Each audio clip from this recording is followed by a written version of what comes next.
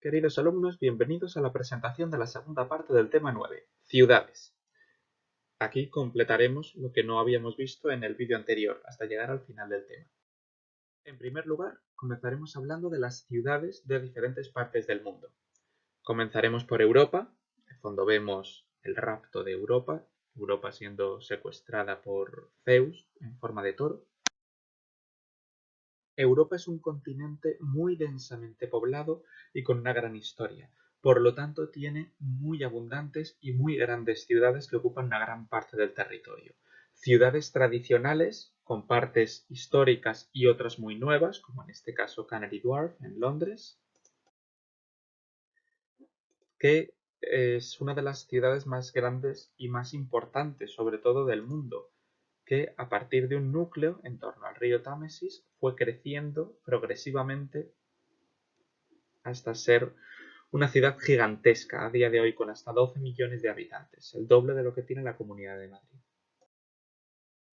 Otras ciudades en el este, por ejemplo, Moscú, en Rusia, o Roma, en Italia, son ciudades con una grandísima historia, con un patrimonio cultural muy importante, que por lo tanto reciben muchos turistas, que tienen una gran importancia como fuentes de obras de arte, de edificios históricos y simplemente de experiencias históricas del continente y por lo tanto con un gran peso en nuestra conciencia, en nuestra visión del mundo. América, en cambio, es un continente en el que las ciudades más importantes son aquellas basadas en las fundaciones de los europeos a partir del descubrimiento de América en 1492, con lo cual son ciudades más recientes que tradicionalmente nos las imaginamos como ciudades muy modernas, con muchos rascacielos, es el caso de Nueva York o de Chicago en los Estados Unidos, también las ciudades canadienses, muy importantes para nuestro mundo. Vemos aquí Nueva York, por ejemplo, una ciudad gigantesca, considerada la ciudad más importante del mundo por su peso cultural, por la cantidad de población que tiene, por la importancia económica, política, etc. Y también hay otras ciudades más tradicionales, sobre todo yendo más hacia el sur, en este caso el sur de los Estados Unidos, Nueva Orleans, o en México, la ciudad de Guadalajara, fundada por los españoles, es una catedral realmente de estilo español, y la Ciudad de México, que según algunos cómputos es la ciudad más grande del mundo porque en toda su periferia, en toda su zona urbana tiene hasta 30 millones de habitantes. Teniendo en cuenta que toda España tiene 47, el hecho de que una sola ciudad tenga 30 millones nos indica lo gigantesca que puede llegar a ser. Esto es muy típico de las ciudades americanas, que una gran cantidad de población se concentre en las ciudades. Asia tiene algunas de las ciudades más antiguas del mundo, de hecho, las ciudades más antiguas del mundo. Y son muy importantes las ciudades chinas, no solamente porque reúnen una inmensa cantidad de población, sino porque tienen un aspecto y unas características muy modernas. Hoy en día no son simplemente zonas muy pobladas, sino centros de innovación, de alta tecnología, de muchísima importancia económica, porque son la sede de empresas, de bancos, etc. Ciudades, sobre todo, extraordinariamente pobladas, como por ejemplo en la India, Delhi, y otras muy antiguas y con una grandísima importancia histórica, como es el caso de, por ejemplo, Kioto, la antigua capital de Japón en tiempos feudales. O la ciudad de Estambul, la antigua Constantinopla, antigua capital del Imperio Bizantino, hoy en día ciudad turca, una ciudad gigantesca con muchísima importancia, como ya la tenía en la época, por el comercio entre el Mar Negro y el Mediterráneo y entre Asia y Europa y por la cultura y la historia que tiene. Este es, por ejemplo, el puente llamado el Beso de dos Continentes que conecta Asia con Europa. Y por supuesto, en Asia, en Oriente Medio, se encuentran las ciudades más antiguas del mundo. Las primeras ciudades en Mesopotamia surgieron allí, en Oriente Medio. Tenemos, por ejemplo, Jericó, que se considera la ciudad más antigua que sigue estando habitada. Es una ciudad que tiene 11.000 años de antigüedad. Finalmente, Oceanía tiene muchas menos ciudades por el simple hecho de que tiene menos población. Es un continente, en primer lugar, con menos tierra firme, sobre todo formado por pequeñas islas. Las ciudades más importantes están concentradas en Australia y en Nueva Zelanda. Son ciudades más modernas, a estilo europeo, por ejemplo Sydney, que lo tenemos en la imagen, más conectadas con el mundo, mientras que en otros países tenemos ciudades más pequeñas que tienen importancia para el propio país. Y finalmente África es un continente que no es famoso por sus grandes ciudades, aunque debido a lo que decíamos de que la población está creciendo, tienen algunas ciudades muy importantes. Lo que vemos al fondo de la imagen es el Valle del Rift, donde se originaron los primeros seres humanos, es la cuna de toda la humanidad. Tiene algunas ciudades extraordinariamente antiguas, como las ciudades egipcias, que eh, están entre las primeras ciudades que surgieron en la historia de la humanidad. Esta es Alejandría, al norte de Egipto, no tan antigua, pero aún así fundada por Alejandro Magno, con lo cual tiene más de 2000 años de antigüedad. Y tiene algunas ciudades que, debido al gran crecimiento de la población y al crecimiento económico y la mayor importancia que están tomando algunos países africanos, está ganando más y más y más peso. Esto es, por ejemplo, Abuya, la capital de Nigeria, que por el gran crecimiento de población y el peso económico se está convirtiendo en una ciudad muy importante para África y cada vez más para el resto del mundo. También tenemos las ciudades sudafricanas, que están entre las más importantes de África. Sudáfrica es uno de los países más desarrollados de África, quizás el más desarrollado. Y vemos que esto tiene todo el aspecto de una ciudad moderna, con edificios altos, etc.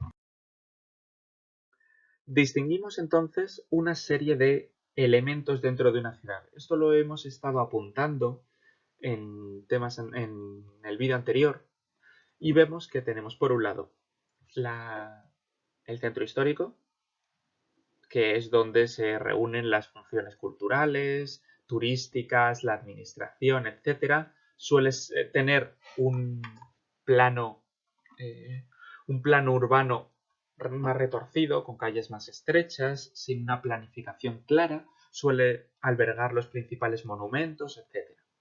En torno a este centro histórico se localizan los ensanches, que son zonas residenciales donde, donde vive gran parte de la población. En el centro histórico de las ciudades más desarrolladas va viviendo cada vez menos gente. Se van dedicando a monumentos, a museos, a edificios de la administración, a tiendas, a oficinas, etc. Y las viviendas se van yendo cada vez más a zonas como los ensanches.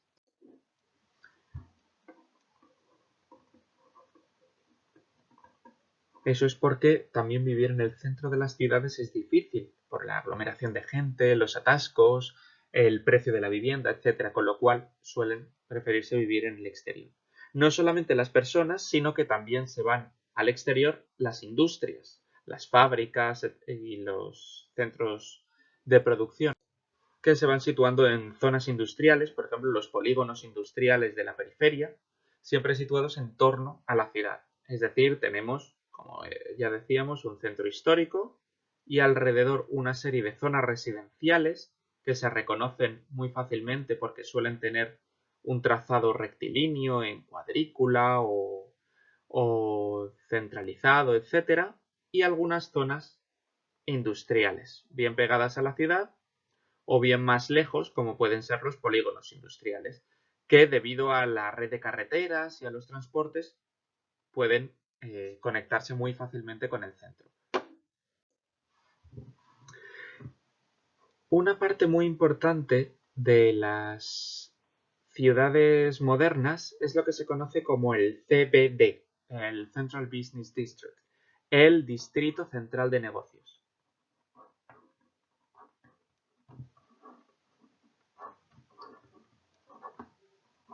Este, como su propio nombre indica, es donde se reúnen las principales empresas, sedes de los grandes bancos y de las grandes compañías, los edificios de oficinas, etc. Y suelen ser las zonas tan características por estar llenas de rascacielos, de edificios muy altos, muy modernos, etc. Esto en las ciudades norteamericanas o australianas, ciudades más recientes, Canadá, en Estados Unidos, en Australia, en Nueva Zelanda, suelen estar en el centro de la ciudad. Pero en las ciudades europeas no suelen estar exactamente en el centro, porque el centro está ocupado por los monumentos, por los edificios, las calles históricas, etc. Así que el CBD se suele localizar cerca del centro, pero no exactamente en el centro histórico. Así que cerca de él. Después, más allá, tenemos la periferia. La periferia tiene una trama abierta. Recordad que la trama de una ciudad es la separación entre los edificios, con lo cual la periferia va a ser regular, con bloques, con manzanas de edificios y tramas abiertas, es decir, calles más amplias, con plazas, parques, etc. Mientras que en el centro histórico va a estar todo mucho más pegado, con calles más estrechas, es decir, con una trama más cerrada. Esa sería la cuestión. Con lo cual, en el centro, los monumentos, etc. Y en la periferia vamos a tener las zonas residenciales, urbanizaciones y las zonas industriales. Además, más allá de la ciudad, tenemos todo lo que conecta con la ciudad, que son otros pueblos y ciudades más pequeñas, donde se pueden localizar otras actividades. Por ejemplo, las ciudades que conectan con los polígonos industriales, que ya hemos comentado, o las ciudades dormitorio, donde la gente simplemente tiene su casa y luego van a trabajar a la ciudad principal, o donde se sacan, hemos dicho, las fábricas, las empresas, etc.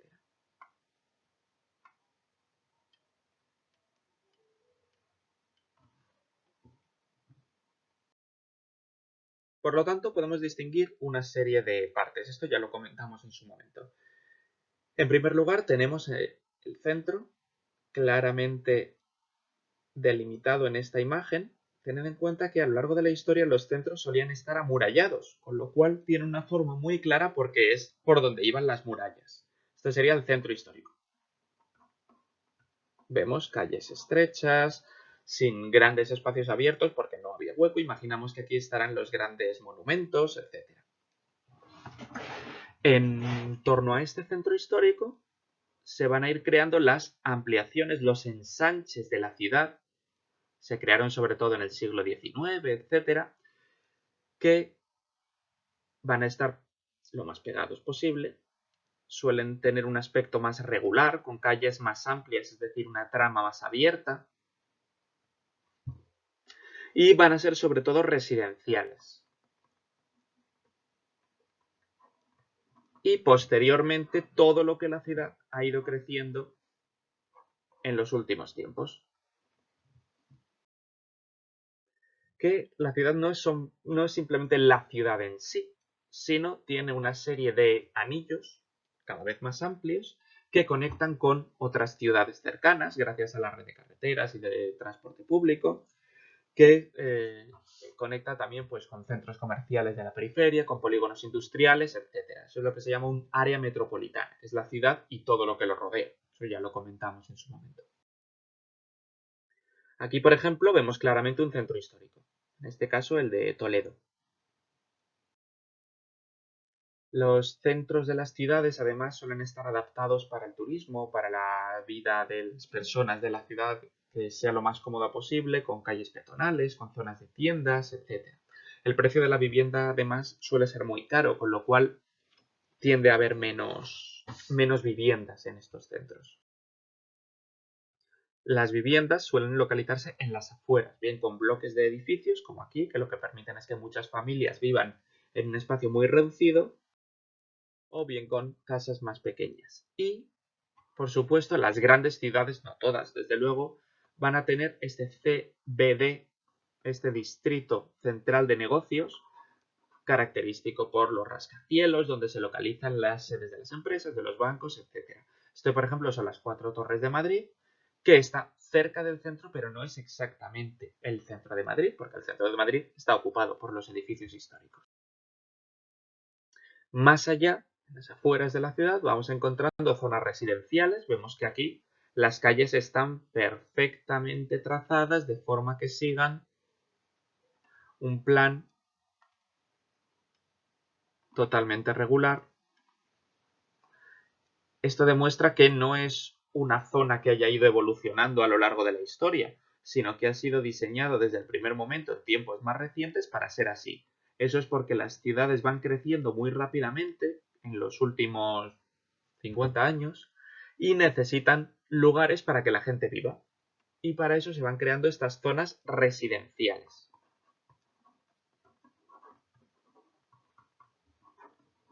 Que pueden estar en las afueras de la ciudad o incluso en otras ciudades cercanas, creando lo que decíamos de ciudades dormitorio.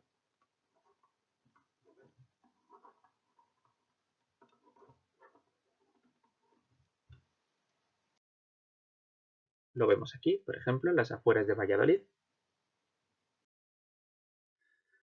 En este otro plano vemos también el centro, en los exteriores. En realidad esto es el plano de Valencia igualmente, solo que he visto desde más lejos. La periferia, con las zonas residenciales, etcétera, que se van a ir ampliando. Todo esto de por aquí es una zona residencial, incluso en realidad continuaría. Pues estos serían los ensanches. Y más allá podemos encontrar en zonas más apartadas y más aisladas lo que imaginamos que son, por ejemplo, polígonos industriales o pequeñas zonas de centros comerciales, etcétera, que no están localizados exactamente donde vive la gente, porque producen mucho ruido, porque requieren camiones de transporte, porque no tiene sentido localizarlos en estas zonas, sino que van a la periferia, donde el suelo es más barato y pueden establecerse más cómodamente. Aquí, por ejemplo, en Madrid, se ve muy claramente la división en dos zonas. Por un lado, una zona central más histórica, aproximadamente por aquí, y luego toda esta zona con un trazado mucho más regular, etcétera, que es por donde ha ido creciendo la ciudad en diferentes etapas, con zonas prácticamente residenciales por completo. Tenemos también grandes zonas verdes, etcétera. En este caso, si quisiéramos ver las zonas industriales de la periferia, tendríamos que alejar todavía más la foto, porque Madrid es tan grande que en esta foto no se llega a ver la periferia, sino que todo es Madrid, en realidad. En Barcelona lo podemos ver también.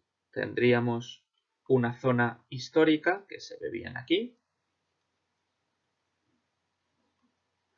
Y todo lo demás que sería una zona del ensanche, creada en el siglo XIX y principios del siglo XX, para que viviera la población fuera del centro. No es que solo haya viviendas en esta zona, originariamente es una zona fundamentalmente residencial, pero hoy en día, sobre todo en una gran ciudad como Barcelona, se van intercalando también tiendas, oficinas, otro tipo de actividades, etc. Vemos además en este caso, como es una ciudad portuaria, que tenemos la zona del puerto perfectamente marcada. Y como siempre, si nos alejásemos del puerto, si nos alejásemos, veríamos más allá las zonas industriales de la periferia, polígonos industriales, los centros comerciales, etc. Por ejemplo, en esta fotografía por satélite de Valladolid se ve bastante bien cómo tenemos un centro, una periferia residencial, aproximadamente por aquí. Después otras ampliaciones que se han hecho con más zonas residenciales, Vemos que están además muy bien planificadas, con trazados rectilíneos, etc.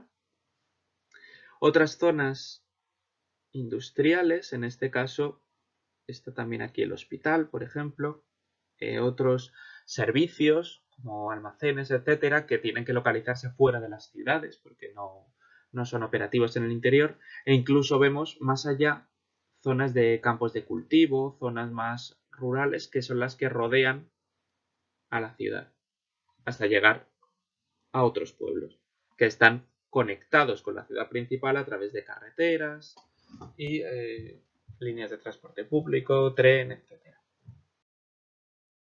Eso era para los países desarrollados. Los países en desarrollo tienen una situación similar, pero con sus propias características. En primer lugar, los países menos desarrollados o los países en desarrollo, como sabéis, son los que más están creciendo, debido a la alta natalidad, sobre todo. Están en el periodo de la explosión demográfica. Toda esa población tiene dos opciones: o quedarse en el campo, donde las condiciones de trabajo y de vida no son muy buenas, o irse a las ciudades para buscar nuevas oportunidades. Ante esta decisión, gran parte de la población se va a las ciudades, con lo cual las ciudades de los países en desarrollo suelen ser muy grandes. Los países en desarrollo además tienen pocas ciudades, pero las pocas ciudades que tienen son muy, muy grandes. Hay países que a lo mejor tienen solamente una ciudad importante, que es la capital, pero esa ciudad es enorme. Las grandes capitales de los países sudamericanos, por ejemplo, son mucho más grandes que cualquier ciudad española. Caracas, Bogotá, son la propia Ciudad de México que hemos dicho, son ciudades muy, muy grandes. En la India pasa lo mismo. La India, como tiene tanta población, tiene más ciudades, por supuesto, pero son muy grandes. Las capitales africanas tienen mucha población también, las ciudades egipcias, árabes, etc. Son entonces grandes áreas muy densamente pobladas que suelen estar situadas en la costa o en zonas bien comunicadas por la costa. Esto es muy importante.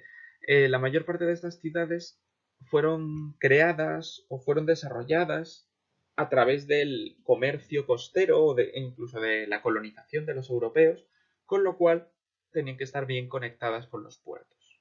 Por ejemplo, eso se ve claramente en África. En África todas las grandes ciudades son ciudades costeras para tener esta relación por mar con el exterior. Las ciudades suelen estar dedicadas a actividades industriales. Recordad cuando decíamos que en el siglo XIX se desarrolla la industria en el interior de las ciudades, pero a medida que van creciendo se busca aumentar la calidad de vida de las personas que viven en ellas y se va llevando la industria a las afueras de las ciudades. Y más aún, se acabará llevando la industria a otros países.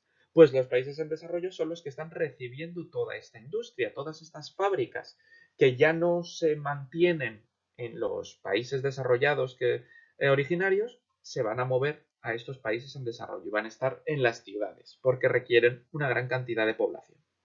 Suelen tener también un centro histórico pues, correspondiente a la propia cultura, con monumentos, etc. Y a menudo suelen tener barrios europeos, porque estas ciudades a menudo son de países que fueron colonias europeas, por ejemplo los países africanos, o muchos países asiáticos que tienen un barrio donde estaban localizados los europeos. Tienen también un CBD, un centro de negocios y una serie de barrios residenciales. Además de tener los suburbios, que serían zonas residenciales de baja calidad. Esto es importante.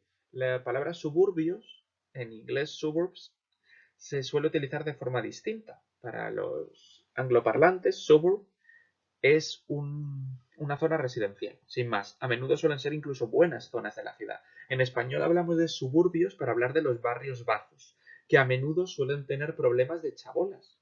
Las chabolas, como sabéis, son estas viviendas construidas con materiales improvisados por los propios habitantes que van a vivir en ellas, en muy malas condiciones, no tienen normalmente electricidad, agua, no están en zonas con un buen sistema de recogida de basuras o con pavimentado de las ciudades o con iluminación, etc. Con lo cual va a vivir en ellas la población más marginal, la población en las peores condiciones. Esto es muy importante porque como la población va creciendo muy rápido, a menudo la ciudad no crece lo suficientemente rápido para hacer frente a toda esta población, con lo cual van creándose estas zonas de chabolas. Y en las afueras, como siempre, polígonos industriales y barrios obreros, es decir, donde viven los trabajadores de estas industrias, que suelen tener unas condiciones bastante malas de vida. Esta definición la tenemos que conocer, sería macrocefalia. Macro significa grande, céfalo significa cabeza. Es básicamente una cabeza muy grande. Aplicado a un país quiere decir que tiene una sola ciudad o unas pocas ciudades, pero que son muy grandes. Suele ser típico de los países en desarrollo. Es decir, hay pocas ciudades, pero son ciudades muy grandes, que van recibiendo cada vez más población del medio rural, es decir, del campo, y por eso crecen tanto. Es el caso de las ciudades de la India, por ejemplo, o en Pakistán, en Bangladesh, toda la zona del sur de Asia, de las ciudades africanas o de las ciudades de Sudamérica. El mundo está lleno de ciudades y las ciudades son cada vez más importantes para nuestra vida. De hecho, el mundo se controla desde las ciudades. Hay una red de las grandes ciudades del mundo que es lo que maneja la política, la economía, la sociedad de los países. Vemos que las zonas más densamente urbanizadas son sobre todo el centro de Europa, la costa este de los Estados Unidos, el sudeste asiático, pero en todas las zonas del mundo tenemos ciudades que están cada vez más interconectadas. Por ejemplo, Europa ha sido tradicionalmente un continente de ciudades, de grandes ciudades, especialmente esta zona, la zona entre Londres y Milán, que tiene zonas que es prácticamente una gran ciudad, es todo un continuo urbano. Las ciudades han ido creciendo enormemente, por ejemplo, aquí vemos Ciudad de México, como se ha ido expandiendo de esta forma que decíamos. Y aquí vemos algunas de las ciudades más grandes del mundo con una comparación de tamaño. Tenemos Nueva York, con casi 20 millones de habitantes. Es Nueva York con toda su periferia. Por eso llega hasta los 20 millones. Chicago con casi 10 millones, Los Ángeles con 12, etc. Y muchas otras ciudades de diferentes partes del mundo. En rojo tenemos las ciudades estadounidenses, en azul tenemos las ciudades europeas, en verde tenemos las ciudades hispanoamericanas y en amarillo tenemos las ciudades asiáticas. Bueno, y en naranja tenemos las ciudades de Oriente Medio, Turquía, Egipto, Arabia. Algunas ciudades están extraordinariamente pobladas, con una grandísima densidad de población. Por ejemplo, este es el caso de Hong Kong en China. Esto es un bloque de viviendas. Esto es una carretera de entrada.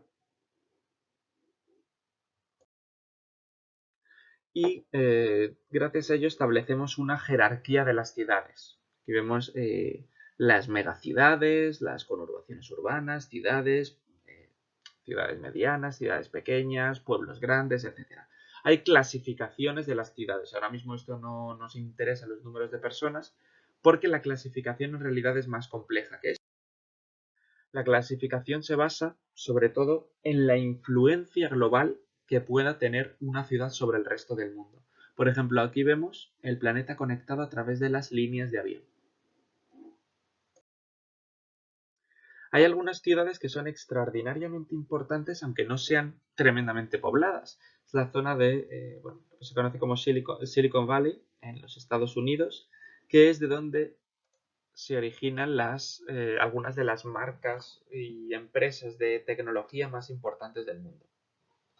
Aquí vemos las grandes empresas situadas en Silicon Valley. Vemos Samsung, vemos HP, Hitachi, IBM, etc.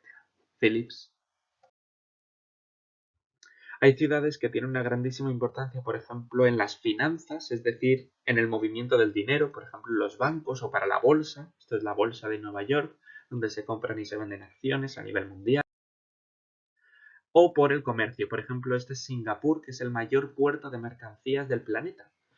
Singapur es una ciudad en el país de Singapur, que es un país muy pequeñito, está en el sudeste asiático y por él pasa prácticamente el 80% de las mercancías del planeta, porque es uno de los puertos que conecta con China. Y como en China se produce una enorme cantidad de productos, por Singapur pasa la mayoría de ellos. También en Europa tenemos, por ejemplo, Rotterdam, en los Países Bajos, que es a donde llegan la mayor parte de las mercancías que van a parar a Europa. Vemos, es el mayor puerto de mercancías de toda Europa. Hay otras ciudades que tienen importancia por otros motivos, por ejemplo, por el peso cultural, esto sería Milán, con el Duomo, o por el peso económico, la influencia, por ejemplo, Milán tiene mucha importancia para el mundo de la moda, el diseño, e incluso por el turismo, no solamente el turismo cultural, sino por ejemplo el turismo de compras. Esto es la Galería Vittorio Emanuele, es una especie de centro comercial de lujo. Esto es el índice Kernis de las ciudades globales, en las cuales vemos organizadas las 25 ciudades más importantes del mundo. Podemos ver que en lo alto está Nueva York, después Londres, París, Tokio, Hong Kong, Singapur, etc. Madrid está el número 15, ha bajado 2 puestos respecto a 2018, pero bueno, aún así está bastante bien situada. Y después tenemos Barcelona. Son las dos únicas ciudades que entran dentro del ranking de las 25 más importantes. Por supuesto, esto no es una organización de las ciudades en función del tamaño. Nueva York no es la ciudad más poblada del mundo, Londres y París no son las ciudades más pobladas del mundo, ni mucho menos. Están organizadas en función de la importancia global, en base a muchas funciones: la economía, la política, la importancia cultural, la cantidad de personas, el nivel de estudios, los estudiantes extranjeros que reciben, las personas que viajan de estas ciudades a otras para relacionarse o para simplemente promocionar la ciudad de la forma que sea, las empresas que tienen su sede en estas ciudades, los bancos que se establecen en estas ciudades, las relaciones comerciales, las embajadas, etc. Todo ello establece una jerarquía urbana. Recordad que una jerarquía es una clasificación en niveles, de lo más importante a lo menos importante. Las ciudades también tienen esta clasificación. Cada ciudad tiene su esfera de influencia, es decir, la zona en la cual es capaz de ejercer su relevancia, que varía según diferentes características. En primer lugar, tiene por supuesto que estar bien conectada con el entorno, pero a día de hoy las comunicaciones y más aún las telecomunicaciones no son prácticamente un problema. Por lo tanto, podemos conectar unas ciudades con otras a lo largo del planeta. Por ello, lo que hace que una ciudad tenga una importancia en el planeta son otros factores. Por ejemplo, la capacidad de innovación, de creación de nuevas tecnologías o de nuevas ideas que puedan expandirse a otras zonas del planeta y que por lo tanto a otras partes del mundo le interese estar en contacto con esta ciudad. Y la especialización, es decir, el hecho de que existan en la ciudad servicios, actividades, empresas que no pueden encontrarse en ninguna otra. Por ejemplo, uno no va a ir a Madrid a comprar el pan, porque panaderías se van a encontrar en prácticamente cualquier sitio. Pero si, por ejemplo, tiene unas aficiones a un tipo de música determinado y solamente puede ir a un concierto en determinado sitio de Madrid, o comprar los discos en ciertas tiendas de Madrid. Para ese tipo de actividades más especializadas, más concretas, sí que recurrimos a las grandes ciudades. Y es por eso, por lo que la especialización, la capacidad de ofrecer lo que en otros sitios no se ofrece, es muy importante. Además, entre las ciudades se establecen distintos tipos de relaciones. Relaciones económicas, porque se va a comprar y vender productos, de simplemente transporte de personas, relaciones políticas, entre ciudades sobre todo de distintos países o de distintas comunidades autónomas, en el caso de España, relaciones de innovación, por ejemplo, con los intercambios de estudiantes universitarios, que permite transmitir conocimiento, o los simposios o las conferencias científicas, etc. Según el grado de influencia, establecemos entre ciudades regionales, que son aquellas que solamente tienen importancia en su región, en su zona, ciudades estatales, que ejercen su importancia a todo el país, a todo el estado, ciudades continentales, que afectan a todo el continente, y ciudades globales, que afectan a todo el mundo. Es decir, una ciudad regional sería, pues, por ejemplo, Zaragoza o Valladolid, que tienen influencia en su comunidad autónoma. Una ciudad estatal sería Madrid o sería Barcelona, que tienen importancia para todo el país. Una ciudad continental sería, por ejemplo, París o Berlín, que tienen importancia para toda Europa, incluso Madrid. Y ciudades globales son aquellas que afectan al mundo entero. Nueva York, Londres, Shanghái, etc. Y son ciudades globales por la importancia de la actividad económica y financiera, es decir, de las empresas, los bancos, las tiendas, etcétera, por el capital humano. El capital humano son las personas, pero no es simplemente el hecho de tener más o menos gente, sino qué tipo de gente se tiene.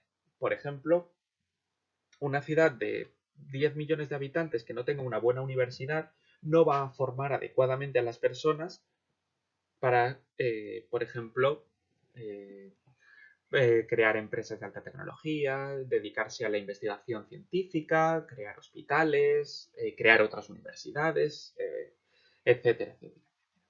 La información, por ejemplo, que sean la sede de grandes periódicos o cadenas de televisión, que tengan más o menos libertad de comunicación, que las personas que viven en esa ciudad estén más o menos informadas, etcétera. La experiencia cultural, es decir, la importancia que tenga la ciudad de cara al resto del mundo. Por ejemplo, Nueva York tiene una gran influencia cultural porque todos conocemos Nueva York, todos lo hemos visto en alguna película, todos reconocemos su imagen con los rascacielos, etc. Eso nos cambia nuestra forma de ver el mundo, esa es la influencia cultural. Y el compromiso político, es decir, la importancia que tenga de cara a la política internacional, por ejemplo, porque haya embajadas, etc. Por último, tendríamos que hablar de los problemas de las ciudades. Las ciudades son lugares que reúnen a una enorme cantidad de población y por lo tanto pueden tener gran cantidad de problemas.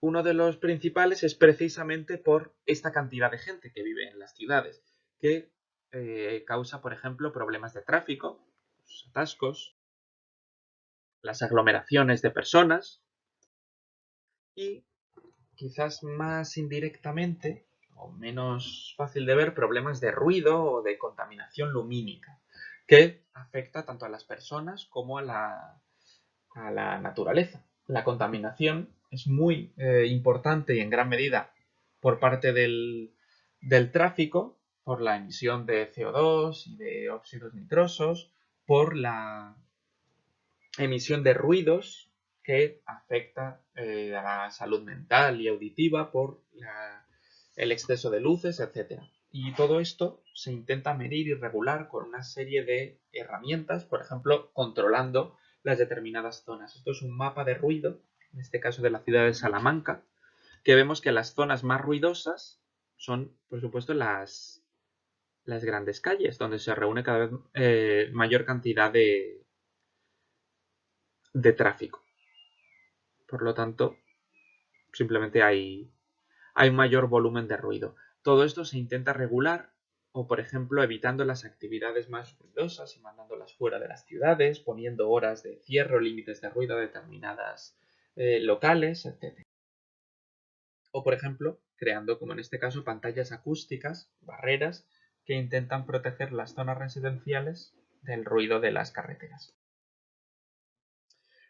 También está, por supuesto, la contaminación atmosférica, el famoso smog, la boina de contaminación que cubre las grandes ciudades, que acaba creando en realidad un microclima, es decir, un clima distinto para las ciudades, que es más cálido, porque crea como una especie de segundo efecto invernadero sobre la propia ciudad. Esto afecta a las personas, por problemas respiratorios y problemas de visión, pero también afecta a los animales y las plantas, incluso a los propios edificios, porque los materiales de construcción se pueden ver perjudicados por esta contaminación continua. y casos enormemente contaminados, sobre todo en los países menos desarrollados. Este es el caso, por ejemplo, de Ulaanbaatar, en Mongolia, que se considera la capital más contaminada del planeta. Mongolia es un país con muy poca población, pero con unos enormes niveles de contaminación, realmente, precisamente por lo que decíamos, que las fábricas están establecidas en la propia ciudad. Aquí vemos, por ejemplo, Nepal, otro país que tiene unos enormes problemas de contaminación. Una bailarina en una ceremonia en un templo budista llevando mascarilla contra la contaminación.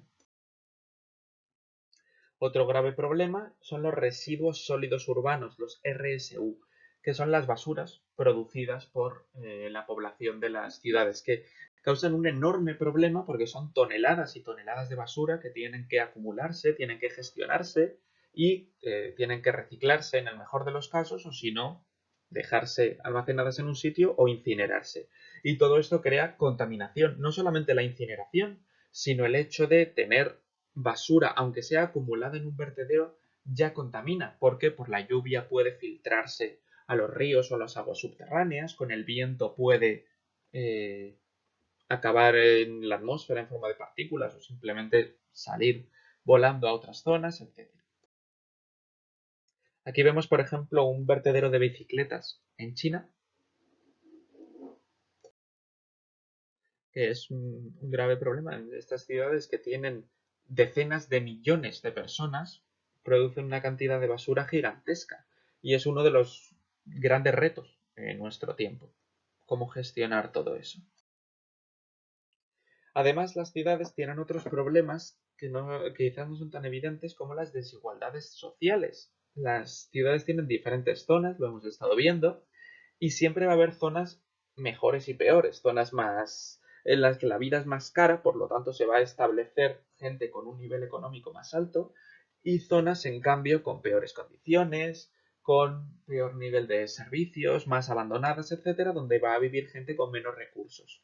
Y esto va creando cada vez mayores desigualdades. El hecho de que se establezca gente con menos recursos quiere decir que la zona además va a estar más segregada, separada del resto.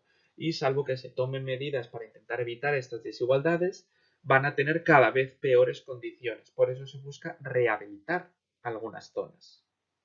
Cuando no se consigue, se acaban creando, por ejemplo, zonas de poblados de chabolas, como vemos aquí, en las afueras de Buenos Aires. Como aquí, donde contrasta claramente unas zonas con otras. Por lo tanto, y con esto terminamos, las ciudades tienen una serie de problemas. Por el tráfico y la contaminación, que crea altos costes, el hecho de estar en un atasco está costando dinero, por la gasolina, por el uso de los coches, etc. La ocupación del suelo, como cada vez hay más gente, esta gente necesita edificios. Y estos edificios van ocupando cada vez más parcelas del suelo, quitándoselo al espacio natural, los recursos, etc.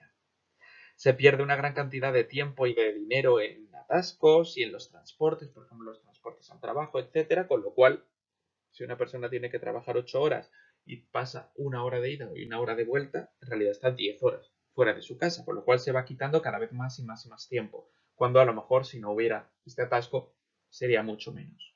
Y por supuesto, aumentan las posibilidades de accidentes de tráfico.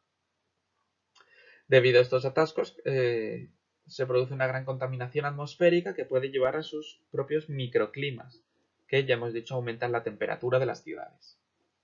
Los RSU, los residuos sólidos urbanos, se acumulan y requieren una gran gestión, una gran atención por parte de los ayuntamientos. Seleccionar las basuras, reciclarlas, almacenarlas e incinerarlas según sea el caso. Todo esto supone unos grandes costes. Este trabajo no se hace gratis, claro, cuesta dinero. Y es un dinero que tienen que pagar los propios ciudadanos. Y además, si no se hace bien, provoca una gran contaminación. Incluso, aunque se haga bien, siempre acaba contaminando algo.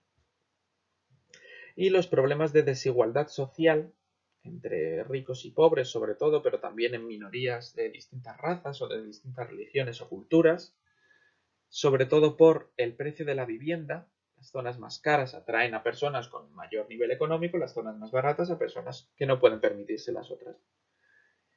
Que puede llevar a problemas de exclusión social, es decir, que se vayan creando zonas aisladas o incluso grupos de personas que no pueden acceder a determinados servicios. Cuando una persona vive en una zona desfavorecida, le va a ser más difícil continuar estudiando, le va a ser más difícil acceder a estudios superiores, acceder a un buen tratamiento médico, a unos buenos servicios para el transporte, la sanidad, la educación, etcétera, con lo cual le va a ser más difícil salir de esa situación y va a continuar en esta mala situación social que después acabarán heredando sus hijos, etcétera.